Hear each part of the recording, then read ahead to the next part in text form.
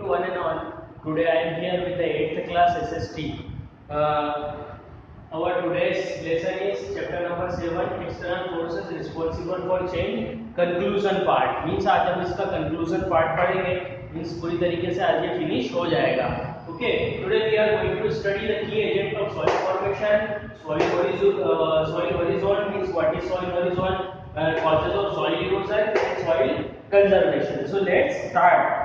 Firstly, the key agent of soil formation means soil के formation के key agent क्या-क्या होते हैं, कौन-कौन से होते हैं.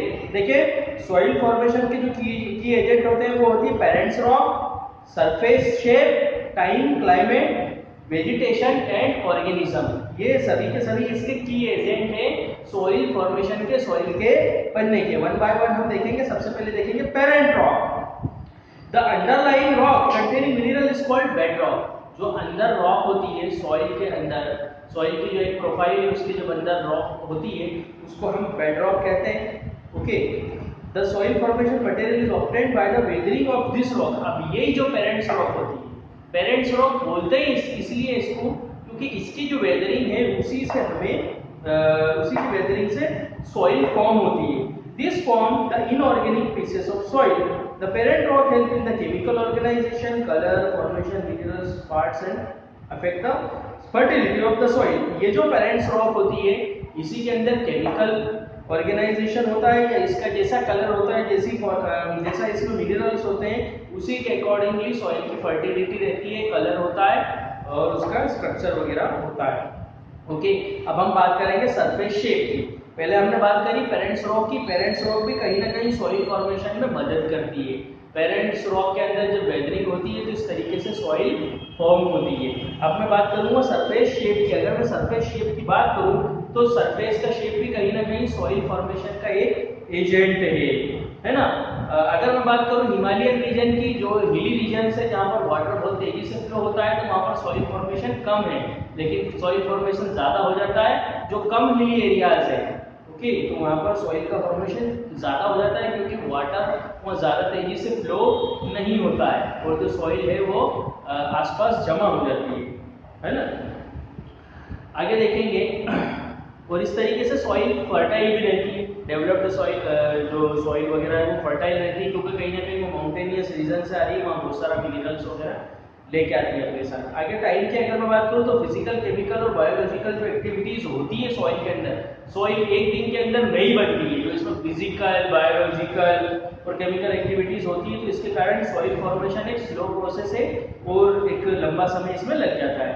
फिर क्लाइमेट की अगर बात करें तो क्लाइमेट भी कहीं ना कहीं अपना वर्क करता है सॉइल फॉर्मेशन के अंदर.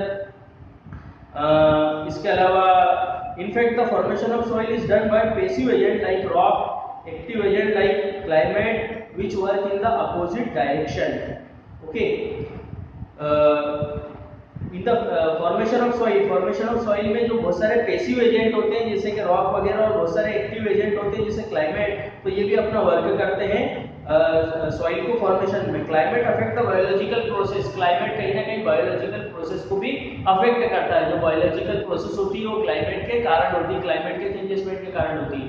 यदि क्लाइमेट के अंदर बहुत ज्यादा वेरिएशन है, दिन के अंदर अगर गर्मी बहुत ज्यादा है और रात में ठंड है तो कहीं ना कहीं जो रॉक्स है वो कॉन्ट्रैक्ट होती है और फिर बाद में एक्सट्रैक्ट होती है और इस तरीके से जो वेदरिंग प्रोसेस है वो बढ़ जाती है. तो कहीं ना कहीं क्लाइमेट बहुत ज्यादा अफेक्ट करता है. Different soil is formed from parent rock into different climatic condition. तो अलग अलग सॉइल अलग अलग पेरेंट रॉक से फॉर्म होती है तो अलग अलग क्लाइमेटिक कंडीशन में फॉर्म होती है. फिर मैं बात करता हूँ वेजिटेशन एंड ऑर्गेनाइजेशन की. The tree and the organisation help to form the bedrock in the developed rock. जो ट्री रहता है या जो दूसरे ऑर्गेनिज्म होते हैं वो बेड रॉक को सॉइल बनाने के अंदर सहायक होते हैं. The living remains in the soil are derived from the remain of the rotten trees and dead animals. जो कहीं ना कहीं सॉइल के अंदर जो लिविंग रिमेन्स है, मतलब सॉइल के अंदर जो ह्यूमस पाया जाता है वो पेड़ पौधों से, पेड़ पौधों की पत्तियां या लीव्स या उसकी शाखें वगैरह या जो डेड एनिमल हो गए वहां से उसमें पाया जाता है, वहां से आता है वेजिटेशन से या ऑर्गेनिज्म से. The living material turn into humus.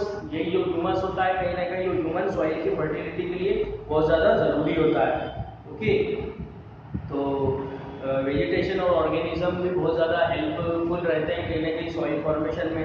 तो यहाँ पर हमने देखा एजेंट की एजेंट ऑफ सॉइल फॉर्मेशन, कौन से ऐसे की एजेंट हैं जिसके द्वारा सॉइल फॉर्म होती है। तो इस बार फिर से हम रिवाइज कर लेते हैं। पेरेंट रॉक के द्वारा, सरफेस शेप के द्वारा, टाइम के द्वारा, क्लाइमेट के द्वारा और वेजिटेशन और ऑर्गेनाइजेशन के द्वारा, ये सब की फॉर्मेशन है, की एजेंट है सॉरी सॉइल फॉर्मेशन के। आगे मैं बात कर लूँ सॉइल होरिजोन की।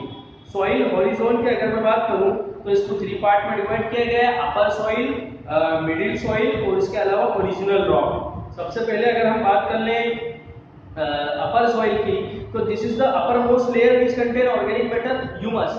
जो अपर मोस्ट सॉइल होती है उसमें ऑर्गेनिक मैटर होता है जिसको हम ह्यूमस कहते हैं। ह्यूमस के बारे में अभी हमने स्टडी करा है, इसको हम टॉप सॉइल भी कहते हैं। ओके, इसके अलावा इसके लोअर पार्ट में जो ऑर्गेनिक मैटर है वो ज्यादा पाया जाता है। Humus and organic matter are carried down to third part by water. अब ये ह्यूमस और ऑर्गेनिक मैटर जो है इसके थर्ड पार्ट में जाता है सॉइल के वाटर के द्वारा। वाटर के द्वारा कैसे जाता है? जब वाटर सॉइल वगैरह एब्जॉर्ब करती है अंडरग्राउंड वाटर जब वो होता है, मींस जो वर्षा का पानी वगैरह जब सॉइल के द्वारा एब्जॉर्ब किया जाता है तो इस तरीके से वाटर मिनरल्स को, ह्यूमस को सॉइल के एक लेयर से दूसरी लेयर में लेके जाता है। Okay, the sub soil contain weathered rock material, sand, silt and clay. जो सब सॉइल पार्ट है इसका सॉइल होरिजोन का, उसमें weathered rock material, sand, silt और क्ले होता है। अब अगर मैं बात करूं थर्ड पार्ट की या थर्ड लेयर की, तो उसमें वेदर्ड पेरेंट रॉक मटेरियल होता है। The bed rock is not a part of soil. जो बेड रॉक होती है वो सॉइल का पार्ट नहीं है, सॉइल प्रोफाइल का पार्ट नहीं है, लेकिन कहीं ना कहीं बेस प्रोवाइड करती है सॉइल ओरिजिन को। ओके, तो इसको आप स्टडी करेंगे। यहाँ पर ये सॉइल ओरिजिन का एक डायग्राम है, इसको जब आप घर पे देखेंगे, एक बार स्टडी कर लेंगे अच्छे से, तो आपको क्लियर हो जाएगा, है ना। अब आपके पास वो बुक होना चाहिए, मैं बार बार इसके स्क्रीनशॉट्स वगैरह आपको प्रोवाइड नहीं करूँगा। तो यहाँ पर हमने बात करी सॉइल ओरिजिन की। अब हम बात कर लेते हैं सॉइल इरोजन की। Okay, causes of soil erosion या सॉइल इरोजन की हम बात कर लेते हैं। तो सॉइल इरोजन मतलब क्या? सॉइल का जो फर्टाइल सॉइल होती है उसका एक जगह से दूसरी जगह चला जाना, उसको हम कहते हैं soil erosion. Human being and animal are responsible in decay of soil. Either the soil is cut and flows or gets decay or become useless. जब सॉइल एक जगह से दूसरी जगह चली जाएगी तो वो जो जगह है वो यूजलेस हो जाएगी, क्योंकि कहीं ना कहीं फर्टाइल सॉइल एक जगह से दूसरी जगह जा चुकी है। ओके, ये क्यों होता है? क्योंकि कहीं ना कहीं जब पेड़ पौधे नहीं होते, जो पेड़ पौधे की रूट्स होती है वो ट्रैक करके रखती, जो ऊपर की टॉप मोस्ट सॉइल है जिसमें ह्यूमस होता है, उससे जब वो नहीं होगा तो इस तरीके से सॉइल इरोजन होगा। वर्षा वगैरह होगा तो उसका पानी पूरा बहा के ले जाएगा सॉइल को। अब हम बात करते हैं कॉजेज ऑफ सॉइल इरोजन की। कॉजेज ऑफ सॉइल इरोजन की अगर मैं बात करूं तो सबसे पहला कारण यही है डिफॉरेस्टेशन होना। जब डिफॉरेस्टेशन ज्यादा हो रहा है या कहीं ना कहीं हमारा अर्बनाइजेशन हो रहा है, शहरीकरण हो रहा है, तो इसके कारण डिफॉरेस्टेशन होने के कारण जो अपर मोस्ट सॉइल है जो पेड़ पौधों के लिए इम्पोर्टेंट है वो एक जगह से दूसरी जगह चली जाती है ना। मीन्स जब पेड़ पौधे होते हैं तो उसको ट्रैप करके रखते हैं, उसकी रूट्स वगैरह, जब वो नहीं है तो कहीं ना कहीं एक जगह से दूसरी जगह सॉइल चली गई, ये उसका इरोजन हो गया। बिसाइड एक्सेस ऑफ इसके अलावा excess use of fertiliser, pesticide और uncontrolled irrigation also make soil useless. इससे भी सॉइल यूजलेस हो जाती है, मतलब सॉइल है तो सही लेकिन यूजलेस हो गई। जैसे इरोजन के अंदर जब जो नीचे वाला पार्ट हमारे पास बचा वो यूजलेस है, वैसे ज्यादा पेस्टिसाइड का इस्तेमाल किया, फर्टिलाइजर का इस्तेमाल किया या अनकंट्रोल्ड इरिगेशन का इस्तेमाल, ज्यादा अनकंट्रोल्ड वे में इरिगेशन करने लग गए तो भी इससे सॉइल यूजलेस हो जाती है। अब अगला पॉइंट आता है सॉइल कंजर्वेशन का। सॉइल हमारे लिए इतनी ज्यादा इंपॉर्टेंट है, हमने अभी देख लिया, तो अब हमें इसे कंजर्व करके रखना जरूरी है कि नहीं है? बहुत ज्यादा इंपॉर्टेंट है। जब ऊपर के टॉप मोस्ट सॉइल जिसमें ह्यूमस होता है जब वो प्रेजेंट रहेगी तो उसमें पेड़ पौधे वगैरह अच्छे से लगेंगे और अच्छे से उसमें हमारी खेती कृषि वगैरह भी हो पाएगी। ओके, तो सॉइल हमारे लिए बहुत ज्यादा इंपॉर्टेंट है, इसे हमें कंजर्व करके रखना जरूरी है। ओके, और ये कहीं ना कहीं एक नेचुरल रिसोर्स भी है। बहुत सारे जो क्रिएचर्स वगैरह हैं वो सॉइल के अंदर ही रहते हैं। Okay, the land became avoid of vegetation, hence conservation of soil is must. Soil conservation में भी देखिए, सॉइल कंजर्वेशन की बहुत सारी मेथड है। सॉइल के हमने फायदे तो देख लिए। सॉइल को इरोजन से रोकना ही इसका सॉइल कंजर्वेशन कहलाता है। सबसे पहले टू प्रोटेक्ट फॉरेस्ट, पहले तो हमें फॉरेस्ट को प्रोटेक्ट करके रखना है। यदि हमारे फॉरेस्ट प्रोटेक्ट होंगे मींस हमारे जो जंगल है वो सुरक्षित रहेंगे, तो कहीं ना कहीं वो सॉइल को ट्रैप करके रखेंगे। जो अपर मोस्ट सॉइल है जिसमें ह्यूमस है और जो कहीं ना कहीं कई सौ साल की वेदरिंग एक्टिविटी के बाद में फॉर्म्ड हुई है, हमें उसे बचाना है। तो उसके लिए जब हम ज़्यादा से ज़्यादा पेड़ पौधे लगाएंगे या फॉरेस्ट को कंजर्व करके रखेंगे तो हमारी जो अपर मोस्ट टॉप सॉइल है वो बची रहेगी। फिर प्लांटेशन, अब जंगल में तो हमें फॉरेस्ट को बचाना है, लेकिन अब शहरों में क्या करेंगे? तो शहरों में हमें प्लांटेशन करना है। जो भी कोई ऐसी खाली पड़ी हुई जगह है, जो कच्ची जगह है, तो वहाँ पर हमें प्लांटेशन करना है। शहरों में जहाँ पर रोड्स वगैरह बने या डेम रोड्स वगैरह जो बने हुए हैं वहाँ पर तो हम पौधे लगा नहीं सकते, लेकिन वहाँ पर भी हमें रोड के आइदर साइड में लगाना है। जो हाईवे होते हैं उसके आइदर साइड में लगाना है, और अगर रोड वगैरह पे डिवाइडर है तो डिवाइडर के बीच में लगाना है। तो हमें ज़्यादा से ज़्यादा प्लांटेशन करना है, मतलब कहीं पर भी हमें पेड़ पौधे लगाना है जहाँ पर जो खाली एरियाज है, जैसे हमारा घर है, घर के आंगन में अगर इस टाइप्स का एरिया है जहाँ पेड़ पौधे लगाए जा सकते हैं वहाँ हमें लगाना है। हमारे जो इसके अलावा हाईवेज वगैरह है, हाईवेज के आइदर साइड वगैरह पे लगाना है। ये भी गवर्नमेंट का प्रोजेक्ट है, इसमें वर्ल्ड बैंक कहीं ना कहीं लोन प्रोवाइड भी करता है हाईवेज के आइदर साइड के ऊपर पौधे वगैरह लगाने में। ओके, इसके अलावा हमें जहाँ कहीं भी रोड के बीच में जो डिवाइडर है वो डिवाइडर पर भी लगाया जाना चाहिए, है ना, डिवाइडर में कुछ कच्ची जगह छोड़ के। ओके, और इसके अलावा जहाँ कहीं भी हमारी प्रॉपर्टीज है जो कोई कच्ची पड़ी हुई है तो उसको भी हमें बंजर नहीं रहने देना है, बल्कि वहाँ पर ज़्यादा से ज़्यादा पेड़ पौधे लगाने की कोशिश करना है। फिर soil rehab, the land which becomes zigzag due to the water drainage can be levelled. जो zigzag हो गई है जगह वाटर लेवल सरफेस लेवलिंग की वजह से, तो उसको भी हमें लेवल करना चाहिए। लेवल जब हम करेंगे तो सॉइल इरोजन कम होगा। फिर कंट्रोल ग्राजिंग, जो ग्राजिंग है कहीं ना कहीं हमारे मवेशियों को चराने के लिए ले जाते हैं, जो चारागाह है उस ग्राजिंग को भी हमें कंट्रोल्ड वे में करना चाहिए, क्योंकि यदि हम उसे कंट्रोल्ड वे में करेंगे तभी सॉइल जो है वो इरोज नहीं होगी, वरना वो इरोजन होने का उसका जो खतरा है वो बना रहता है। फिर फ्लड कंट्रोल, जो फ्लड है रिवर्स में जो फ्लड वगैरह आती है उसको भी हमें कंट्रोल करने की कोशिश करना चाहिए, क्योंकि जब एक बार फ्लड आ गई तो फ्लड आने की वजह से भी सॉइल इरोज हो जाती है, एक जगह से दूसरी जगह चली जाती है। तो कहीं ना कहीं फ्लड कंट्रोल्ड मेजरमेंट हमें करना चाहिए। There should be stop dam हमें बनाना चाहिए रिवर्स के ऊपर। Okay, that currents could be made slow and little soil erosion takes place. जब स्टॉप डैम्स वगैरह हम बनाएंगे तो जो फ्लो वगैरह है वो कम होगा और सॉइल इरोजन वो कम होगा। फिर इसके अलावा टेरेस फार्मिंग, जो हिली एरियाज है वहाँ पर हमें टेरेस फार्मिंग वगैरह करना चाहिए। मीन्स वहाँ पर उस terrace farming means well levelled और प्रॉपरली बंडेड वे के अंदर फार्मिंग करना चाहिए, तो इस तरीके से सॉइल इरोजन वहाँ पर नहीं होगी या कम होगी।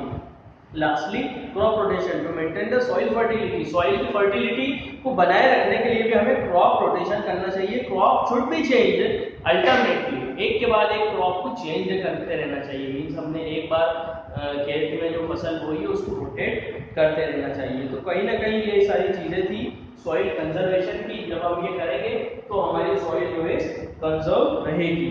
ओके, आगे हम बात कर लेते हैं एक्टिविटीज। यहाँ पर आपको कुछ एक्टिविटीज दी हुई है बॉक्स के अंदर पेज नंबर 73 पे, एक्टिविटीज ऑफ सॉइल कंजर्वेशन।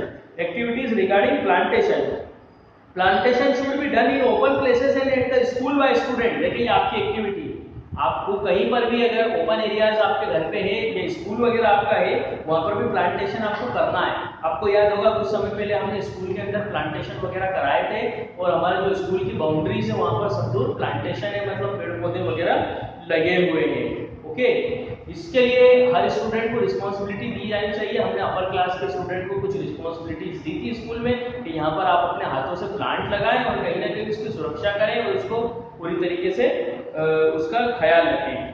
फिर इसके ऊपर डिबेट, स्पीच और ऐसे कंपटीशन में भी स्कूल में होना चाहिए और सॉइल प्रिजर्वेशन के ऊपर। तो आप लोगों को आपके टीचर वगैरह इंग्लिश में और हिंदी में भी ऐसे लिखवाती होगी कि सॉइल प्रिजर्वेशन के ऊपर और सॉइल प्लांटेशन के ऊपर। ये आपने देखा होगा, ये आपको लिखवाए जाते हैं। क्यों लिखवाए जाते हैं? लिखना है या एग्जाम में आएगा इसलिए याद करना है, और टेस्ट में एग्जाम में लिख देना भूल जाना इसलिए नहीं, ताकि आपके माइंड में सेटअप रहे कि सॉइल को हमें कंजर्व करके रखना है, उसे प्रिजर्व करके रखना है। ये सेटअप बनाने के लिए लिखवाए जाते हैं। थर्ड नंबर पे to prepare chart, model, slogan. Chart model और स्लोगन भी प्रिपेयर होना चाहिए। यहाँ तक कि एक बार बीच में नगर निगम के द्वारा एक रैली भी निकलाई गई थी हमारे स्कूल के अंदर, जिसमें ये नारा था कि भाई हमें पेड़ पौधों को बचा के रखना है ना। तो ये सब चीजें होनी चाहिए ताकि आपके माइंड में एक सेटअप रहे कि ये सब हमारे लिए इम्पोर्टेंट है, हमें इसे करना है। और जब आप एक अच्छा घर बनाते हैं या एक बंगलों की बात करते हैं तो उसमें खूबसूरती तभी आती है जब आसपास से वो कहीं ना कहीं अलग अलग पेड़ पौधों से या अलग अलग प्लांट से सुशोभित होता है। तो ये एक सीनरिक व्यू भी प्रोवाइड करता है ना। आगे है टू एग्जिबिट मेदबंदी in slopy regions of schools levelling opposite flooding in the slopy fields to discuss soil preservation and talk nearby the areas clarifying the topic। इसके अलावा हमें सॉइल प्रिजर्वेशन के ऊपर डिस्कस करते रहना चाहिए। और जो स्लोपी रीजन्स है मीन्स ऐसे स्कूल जो स्लोपी रीजन्स वगैरह में है वहाँ पर हमें लेवलिंग और अपोजिट फ्लजिंग इन स्लोपी फील्ड्स इसके बारे में भी डिस्कस करते रहना चाहिए। तो आज हमने देखा चैप्टर नंबर 7, ये इसका कंक्लूजन पार्ट था। चैप्टर नंबर 7 कंप्लीट हो गया है, पूरी तरीके से खत्म हो गया है। इसके जो क्वेश्चन आंसर्स और बाकी जो चीज़ें हैं वो आप लोगों को मैं प्रोवाइड कर चुका हूँ। आपको कॉपी बनाना है। जब हम नेक्स्ट चैप्टर डिस्कस करेंगे तो नेक्स्ट चैप्टर से रिलेटेड जो एक्सरसाइजेस और बाकी चीज़ें हैं वो भी मैं आप लोगों को प्रोवाइड कर दूंगा। ओके, तो अब आप घर पे बैठ के लर्निंग वर्क भी स्टार्ट कर दीजिए। अब आपके पास तकरीबन 2 या 3 चैप्टर्स आ चुके हैं। जिन्होंने कम लिखे हैं वो इस चैप्टर्स को पहले लिखें, लिखने के बाद अब लर्निंग वर्क स्टार्ट कर दीजिए। मतलब जो चीज मैंने आप लोगों को प्रोवाइड की आपको लर्न भी करना है। आप छोटी चीज से स्टार्ट करिए, फिल इन द ब्लैंक्स से, फिल इन द ब्लैंक्स या दूसरी एक्सरसाइजेस और फिर छोटे छोटे question answer very short short, इस तरीके से आप लॉन्ग के ऊपर जाएंगे। तो ये जब आप इसको लर्न करेंगे तो कहीं ना कहीं आपके टेस्ट में भी इंपॉर्टेंट है और आपकी लर्निंग कैपेसिटी बनी रहेगी। यदि आप लर्निंग करना छोड़ देंगे तो जब आप स्कूल में आएंगे, आपकी टेस्ट होगी, एग्जाम होगी, तो आपको लर्न नहीं होगा। तो कहीं ना कहीं आपकी जो कैपेसिटी वो बनी रहे, मेंटेन रहे, इसके लिए आपको घर पर भी लर्न करना जरूरी है। ओके, तो आज के लिए बस इतना ही। जय हिंद, जय भारत।